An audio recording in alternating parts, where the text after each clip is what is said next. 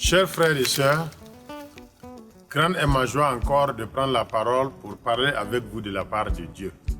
Et je suis très content d'être avec vous aujourd'hui. Alors, la parole de Dieu est une grande histoire qui explique comment Dieu avait son plan de sauver l'homme du péché. Mais ces petites histoires que nous allons voir ensemble vont nous aider à mieux comprendre cette grande histoire de la parole de Dieu. J'espère que cela va vous encourager et cela va vous édifier également. Si vous avez des questions et des suggestions, veuillez nous contacter au numéro suivant 00226 79 35 10 10. Chers frères et sœurs, merci d'être venus pour participer à cette émission. Chers téléspectateurs, encore, vous avez été nombreux à suivre nos émissions à la télé, la série des histoires bibliques. Aujourd'hui encore, nous sommes très contents de vous donner encore une autre histoire biblique qui vient de la parole de Dieu. Aujourd'hui, nous allons voir une longue histoire qui résume toute la Bible. Et le titre de cette histoire, c'est « La création jusqu'au retour ». Voici cette histoire. Au commencement, Dieu était seul. Il n'y avait rien avec lui. Par sa parole, il a créé le ciel et la terre, les arbres, tout ce que nous pouvons voir. Dieu a créé aussi une créature spéciale. C'était l'homme. Dieu a fait l'homme et la femme à son image. Et Dieu avait une très bonne amitié avec eux. Mais un jour, l'homme et la femme ont décidé volontairement de désobéir à Dieu. Ainsi, ils ont cassé la bonne relation qui existait entre Dieu et eux par la désobéissance. Mais Dieu avait toujours son amour pour eux. Mais par la suite, l'homme et la femme ont eu des enfants. Leurs enfants ont eu des enfants. Leurs enfants ont eu des enfants. Jusqu'à ce qu'ils deviennent nombreux sur la terre. Mais toutes ces personnes-là continuaient de désobéir à Dieu, tout comme le premier homme et la première femme. Mais Dieu n'a pas oublié son amour pour l'homme. Alors Dieu a décidé de faire un peuple pour lui-même. C'est ainsi que Dieu a choisi un homme qui s'appelle Abraham. Et Dieu lui a dit, « Abraham, je vais te bénir. Quitte la maison de ton père. Va dans un lieu où je vais te montrer. Toutes les nations de la terre seront bénies à travers toi. » Alors, à cause de la confiance qu'Abraham a eue en Dieu, Dieu lui a considéré comme un homme juste. C'est ainsi qu'Abraham avançait en âge. Dieu lui a donné un fils. Ce fils a eu des enfants. Leurs enfants ont eu des enfants. Leurs enfants aussi ont eu des enfants. Jusqu'à ce qu'ils deviennent un grand peuple. Et c'était le peuple de Dieu. Mais eux aussi continuaient de désobéir à Dieu. Alors Dieu a souvent envoyé des porte-paroles pour les parler, pour les enseigner. Parmi ces porte-paroles, il y avait un qui s'appelait Ésaïe. Quand Ésaïe est venu, il a amené un message d'espoir. Et Ésaïe a dit au peuple, Dieu va vous envoyer un sauveur promis. Mais quand ce sauveur va venir, il va prendre le péché de tout le monde sur lui. Alors, quand les gens ont entendu cela, Ésaïe les a dit encore. Mais les gens ne vont pas l'aimer. Ils vont le détester. Ils vont le maltraiter et ils vont le faire mourir. Mais en mourant, il est en train de rétablir la relation entre les hommes et Dieu. Alors quand le peuple a entendu cela, le peuple était content. Et ils attendaient la venue de ce sauveur promis. Ils attendaient. C'est ainsi qu'un jour, le sauveur est né. Nabi Issa. Quand Issa est venu, il a prouvé partout qu'il était réellement le sauveur promis. Il a fait du bien. Il a guéri les malades. Il a ressuscité les morts. Il a fait beaucoup de choses qui montrent que réellement, il était le sauveur promis. C'est ainsi qu'un jour, pendant qu'il enseignait, il disait, tout ce que Dieu les a mis dans ma main, personne ne peut les enlever de ma main. Parce que Dieu et moi, nous sommes un. Alors quand il a dit ça, les gens se sont révoltés. Les gens n'étaient pas contents. Ils ont comploté avec les autorités. Ils l'ont arrêté et ils l'ont tué. Exactement comme ce que Ésaïe avait dit. Mais quand il est mort, quelque temps après, il est revenu à la vie. Et quand il est revenu à la vie, pendant 40 jours, il a enseigné à ses proches compagnons tout ce qui concerne le royaume de Dieu. Et un jour, pendant qu'il les parlait, il leur dit, il faut que je m'en aille et que je vous envoie la puissance de Dieu, c'est-à-dire l'Esprit de Dieu. Mais quand il va venir, vous allez recevoir la puissance et vous allez aller partout dans le monde pour parler de moi. Et tous ceux qui vont accepter, vous allez les faire passer par un lavage symbolique et unique qu'on appelle le baptême, qui montre qu'ils ont abandonné leur vie de péché pour suivre la voie de Dieu. Et pendant qu'il leur parlait ainsi, ils ont vu qu'il a commencé à se lever. Et il montait. Et les gens qui étaient là regardaient. Alors, un nuage est venu l'envelopper et l'amener. Et pendant qu'ils étaient en train de regarder toujours le ciel, 2 anges sont venus et leur dire, pourquoi restez-vous ici à regarder le ciel de cette façon? Alors, la manière dont vous l'avez vu partir, un jour il reviendra de la même manière. Alors, les proches compagnons qui étaient là sont repartis pour attendre. Et effectivement, quelque temps après, ils ont reçu l'Esprit de Dieu, la puissance de Dieu, et ils ont commencé à aller partout pour annoncer la bonne nouvelle de Dieu. Et tous ceux qui acceptaient, ils les faisaient passer par un lavage symbolique et unique qui s'appelle le baptême, qui montre qu'ils ont abandonné leur vie de péché pour suivre la voie de Dieu. Et c'est ce que moi aussi je suis en train de faire maintenant. Alors merci, vous qui venez d'écouter cette histoire. Nous sommes très contents de vous avoir avec nous. Alors nous allons passer maintenant pour la série des questions. Ces questions sont posées pour mes frères et sœurs qui sont avec moi sur le plateau et également pour vous qui sommes en train de nous suivre. Voici la première question. Qu'est-ce que vous aimez dans cette histoire? Qu'est-ce que vous aimez dans cette histoire? À vous la parole. J'ai aimé le fait que Dieu, malgré les péchés du peuple, il a continué toujours par aimer les gens pour trouver une solution jusqu'à leur envoyer un sauveur. Ok, très bien, merci. Oui. J'ai aimé aussi de la manière dont Dieu a créé le monde. Ok. Moi, j'ai aimé la manière dont, malgré les péchés de l'humanité, il a choisi Abraham. Malgré le péché de l'humanité, Dieu a choisi Abraham. Ok, également, vous qui nous suivez, vos réponses sont la bienvenue. Qu'est-ce que vous aimez dans cette histoire? C'est une merveilleuse histoire qui relate comment le monde est créé et jusqu'à comment les choses vont finir. Donc, si vous avez des réponses, veuillez nous les parvenir. Oui, quelqu'un d'autre? J'ai aimé surtout la venue du Sauveur promis.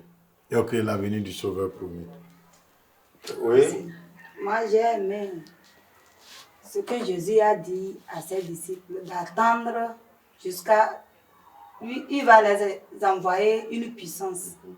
Cette puissance va les aider à parler de lui partout dans le monde entier. Ok, très bien. Ok, on peut continuer. Qu'est-ce que vous n'aimez pas? La deuxième question, qu'est-ce que vous n'aimez pas dans cette histoire? Vous également, nous sommes à notre deuxième question. Dans l'histoire que vous venez d'écouter, qu'est-ce que vous n'aimez pas? Alors, faites-nous savoir cela. Très bien. Oui, quelqu'un veut répondre? Oui, moi. Ce que je n'ai pas aimé dans cette histoire, c'est la désobéissance de l'homme. Le fait que l'homme a désobéi, il a cassé la relation avec Dieu. Vraiment, ça, c'est triste, hein? C'est pas bien. Oui? Je n'ai pas aussi aimé la manière dont on a arrêté, faire souffrir, frapper, taper le Sauveur qui était. Ah, même tuer. On l'a tué, voilà. Le Sauveur. Je n'ai pas vraiment aimé cette partie. Ouais. C'est vraiment triste. Quelqu'un qui est venu pour rétablir la relation que nous avons cassée et nous sommes en train de vouloir le tuer encore. Oui. Je n'ai pas aussi aimé le fait que malgré que le Sauveur promis est arrivé et il a fait des œuvres pour démontrer qu'il est vraiment envoyé par Dieu. Lorsqu'il dit que lui et le Père, ils sont un, les gens se lèvent contre lui. Ouais. Il a montré vraiment qu'il était le Sauveur promis. Les gens même étaient d'accord. Ils ont vu vraiment tout ce qu'il a fait. Tous les miracles possibles. Mais cela ne les a pas empêchés de faire ce qu'ils veulent. Oui, qu'est-ce que vous n'aimez pas encore? Vous qui nous suivez, si vous avez des réponses, alors vos réponses sont les bienvenues. Oui, est-ce qu'il y a une autre réponse? Qu'est-ce que vous n'aimez pas? Bon, l'autre réponse serait que ce que moi je n'ai pas aimé, c'est que le fait que les gens ont continué à choisir de vivre dans le péché, malgré l'envoi du Sauveur. Oui. Vraiment, c'est bizarre. Les deux premiers hommes ont péché. Ça continue, leur descendance continue dans le péché. Dieu choisit un homme et il fait un peuple pour lui. Eux aussi, ils continuent dans le péché. C'est triste qu'on ne fait que suivre à faire le mal. Ça, c'est pas vraiment bien. Ok, nous allons passer à notre troisième question. Quel est le caractère de Dieu?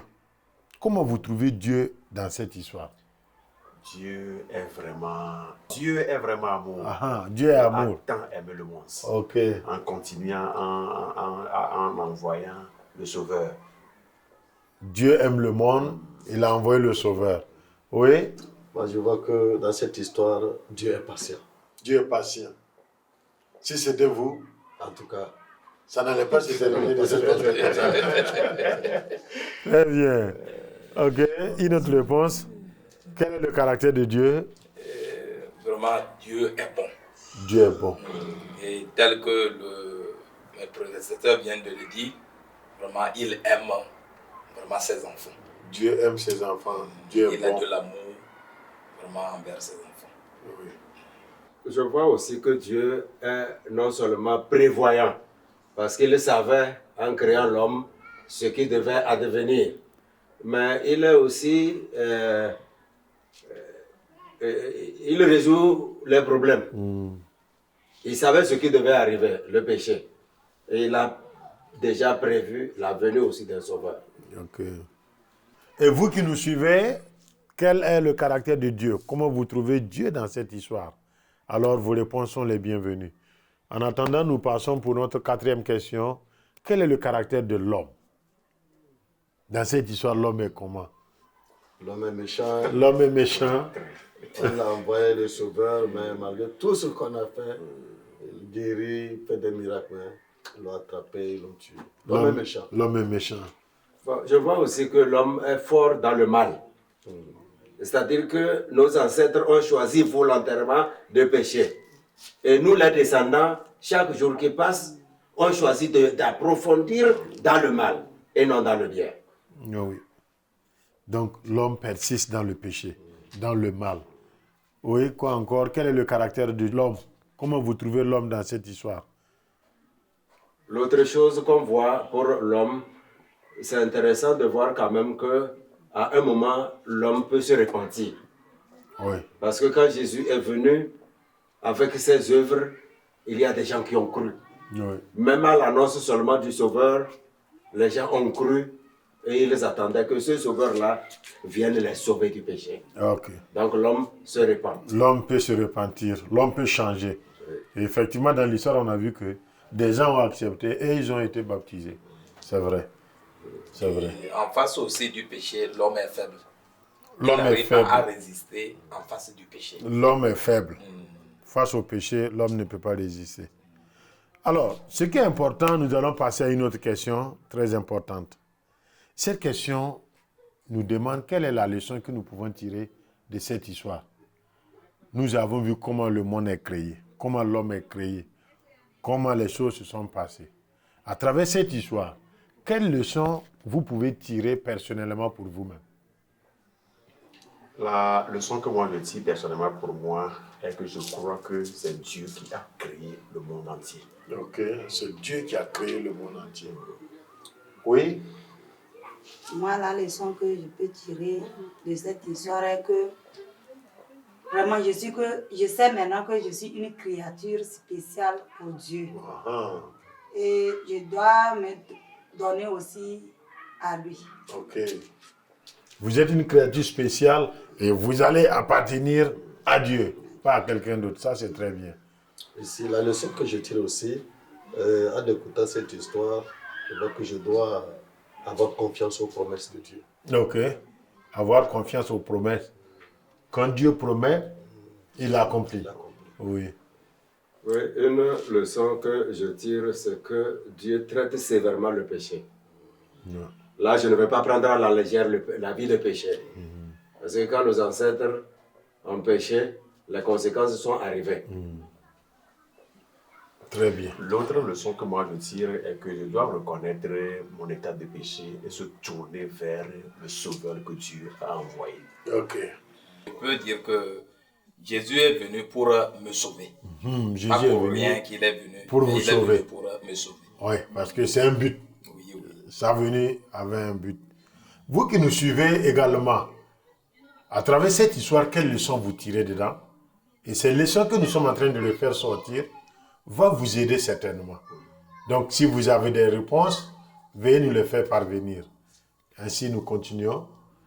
Bon, moi également, la leçon que je tire, c'est que je ne dois pas continuer à faire ce qui n'est pas bien quand je vois cette chose qui est déjà passée. Ce que je veux dire, c'est que premièrement, les parents ont péché. Après, on a vu d'autres qui ont péché. Ça veut dire que ça devrait servir de leçon pour les autres qui sont venus. Mais ça n'a pas servi. Donc, pour moi, je vais tenir compte de ce qui s'est déjà passé.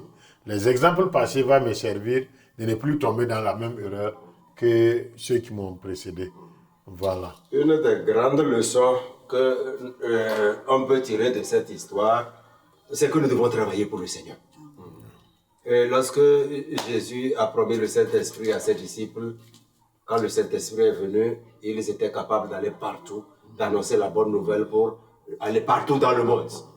Et notre frère Zéni qui nous a raconté l'histoire a conclu pour dire que c'est ça que lui aussi, il est en train de faire. Tel qu'il raconte les histoires, je vais le faire.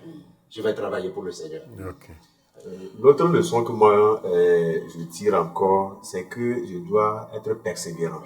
Malgré que l'homme est dans le péché, Dieu a continué à parler à l'humanité. Et finalement, il a envoyé son Fils. Très bien. Sœur Angèle, est-ce que vous avez quelque chose à dire? Quelle est une leçon que vous tirez de cette histoire? La leçon que je peux tirer dans cette histoire est que je dois aller partout, comme les disciples ont fait, annoncer la bonne nouvelle de Jésus-Christ. Très bien. Aller partout, annoncer la bonne nouvelle de Jésus-Christ. Très bien. Nous continuons avec nos questions. Comment vous allez faire pour ne pas oublier cette histoire? Pour garder cette histoire et ne pas l'oublier, je dois la raconter à d'autres personnes. Raconter l'histoire à d'autres personnes. Ça, c'est vraiment la meilleure méthode. Alors, vous qui nous suivez... J'ajoute pour dire que je vais raconter cette histoire. Je vais la raconter. Okay. Je vais la raconter. Très bien. Raconter beaucoup de fois.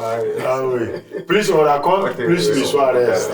Voilà. Alors, vous qui nous suivez, nous allons aussi vous supplier, vous demander, vous venez d'entendre une histoire de la parole de Dieu. Alors, vous avez la responsabilité de raconter cette histoire à encore beaucoup de personnes. Toutes les personnes d'ailleurs même que vous allez rencontrer, que vous aurez avec vous. N'hésitez pas de les raconter, cette bonne histoire. Et à qui vous allez raconter l'histoire? Vous pensez déjà à qui, pasteur? Alors, sinon, je vais la raconter à ma maman. Ok. À ma maman. Très bien. Au village. Ok. Moi, arrivé à la maison, je vais raconter l'histoire à ma femme et à mes enfants. Ok. J'ai un ami musulman à qui je suis en train de raconter des histoires. Ok. Il s'appelle Abou. Okay. Je vais lui raconter cette histoire pour qu'il voit selon la Bible comment Dieu a créé le monde et comment les choses vont finir. Ok. J'ai un ami, il s'appelle Boukari, c'est un peu. Je partage le thé avec lui chaque soir. Vraiment, je vais lui raconter cette histoire. Très bien. Chère Edith, est-ce que vous pensez déjà à quelqu'un que vous allez raconter cette histoire? Oui, je vais raconter cette histoire à une maman qui est à côté de la maison. Ok. Elle s'appelle Maman Mandjamba. Ok. Alors, très bien. Merci d'avoir participé à cette émission. Nous sommes sûrs et convaincus que les idées, les réponses que vous venez de donner vont certainement vous aider. Et également, ça va aider tous ceux qui sont en train de nous suivre partout dans le monde. Parce que c'est la parole de Dieu et lorsque cette parole sort, ça donne un impact, un effet dans la vie des uns et des autres. Alors, vous qui nous suivez, si vous avez des remarques, des suggestions ou des questions, veuillez nous contacter au numéro suivant. 00 226 79 35 10 10. Alors, chers téléspectateurs, vous qui nous suivez, moi et mon équipe, nous sommes très ravis, très contents de vous avoir avec nous, de savoir que vous êtes si nombreux à suivre cette émission.